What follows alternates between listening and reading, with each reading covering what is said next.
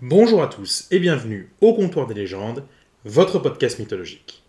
Cette émission vous est proposée par la maison d'édition Bilskirnir, spécialisée dans les récits héroïques et inspirée des différentes mythologies qui ont existé sur notre Terre. Aujourd'hui, nous retrouvons un des premiers personnages dont j'ai parlé sur cette chaîne, le grand roi des singes. Nous allons terminer son épopée avec l'aventure qui le définira tel qu'il est aujourd'hui, la pérégrination vers l'ouest ou voyage vers l'Occident.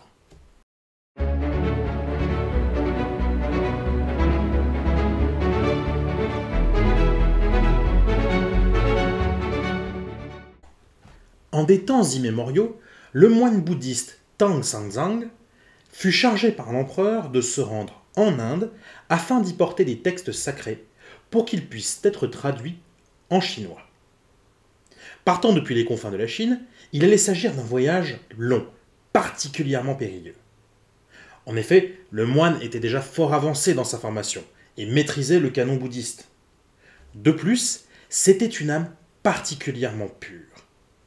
Or, les démons savaient qu'une simple goutte de sang d'un moine pouvait rallonger l'espérance de vie de plusieurs centaines, voire milliers d'années. Alors, la chair de Tang Sanzang leur conférerait sans aucun doute l'immortalité. Sachant ce voyage à haut risque, le Bouddha envoya d'abord le moine chercher de l'aide dans une montagne et lui confia une clé et un diadème. Sanzang s'aventura dans une grotte où il trouva un individu enfermé, un singe vêtu comme un homme, Sun Wukong. Avec la clé, le moine détacha le roi des singes et, avant qu'il ne puisse récupérer son bâton magique, lui posa la tiare sur la tête. Sun Wukong se demanda ce dont il s'agissait. Aussi, Sanzang lui expliqua. « Il s'agit d'une tiare d'obéissance. Si jamais tu cherches à me faire du mal ou à me trahir, j'en aurai qu'à penser à la tiare, et celle-ci se resserrera sur ta tête. » Il s'agit d'une tiare d'obéissance. Si jamais tu cherches à me faire du mal ou à me trahir, je n'aurai qu'à penser à la tiare, et celle-ci se resserrera sur ta tête.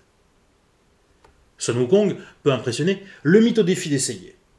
Et le moine le fit. Alors, la tiare se mit à rétrécir et à serrer le crâne du singe, lui infligeant une terrible douleur. Sun Wukong supplia Sanzang d'arrêter et promit qu'il ne le trahirait pas. Ils purent ainsi commencer le voyage. Sachant que l'aide de Sun Wukong seule ne serait pas suffisante, le Bouddha fit emprunter au moine Sanzang une route qui lui permit de rencontrer d'autres protecteurs. Le premier d'entre eux fut Zubaji. Ancien dieu de la mer, transformé en cochon, il était ému par une faim insatiable et une volonté nulle pour y résister. Le suivant fut Sha Wujing. Ancien général d'armée, il avait commis de nombreux crimes par le passé et avait été transformé, en guise de punition, en homme sable. Pour se racheter de ses fautes, il avait accepté de devenir moine afin d'atteindre l'illumination. Le voyage ne fut pas de tout repos. Le petit groupe dut affronter nombre d'épreuves pour parvenir à leur destination, le Temple de l'Ouest. Ainsi, ils durent d'abord franchir le fleuve de sable enflammé, une rivière qui consumait par le feu quiconque entrait dedans. Heureusement, Sun Wukong put faire traverser tout le monde grâce aux nuages volants qu'il savait invoquer. Ils firent ensuite halte dans un étrange royaume et y rencontrèrent la reine des esprits de la grande nuit. Celle-ci, désireuse de dévorer la chair du moine pour acquérir l'immortalité, voulut les séduire et les convaincre de rester. Ce fut une épreuve particulièrement difficile pour Zubaji, mais Tang Sanzang réussit à convaincre tous ses disciples de ne pas rester en ces lieux. La déesse de la compassion, Guan Yin, apparut au groupe un soir, alors qu'ils se reposaient au coin du feu. Celle-ci les informa que le voyage se révélerait encore plus dangereux dès à présent, et qu'ils auraient besoin d'armes supplémentaires pour se défendre. Elle les encouragea donc à se rendre à la pagode de fer, où ils pourraient récupérer ce dont ils ont besoin. Mais, sur le chemin, ils furent interceptés par le démon bois, qui tenta de dévorer Sanzang. Heureusement, Sun Wukong, déjà équipé de son bâton, parvint à le vaincre en lui brisant les membres les uns après les autres. D'autres créatures et démons tentèrent de capturer le moine et de le dévorer.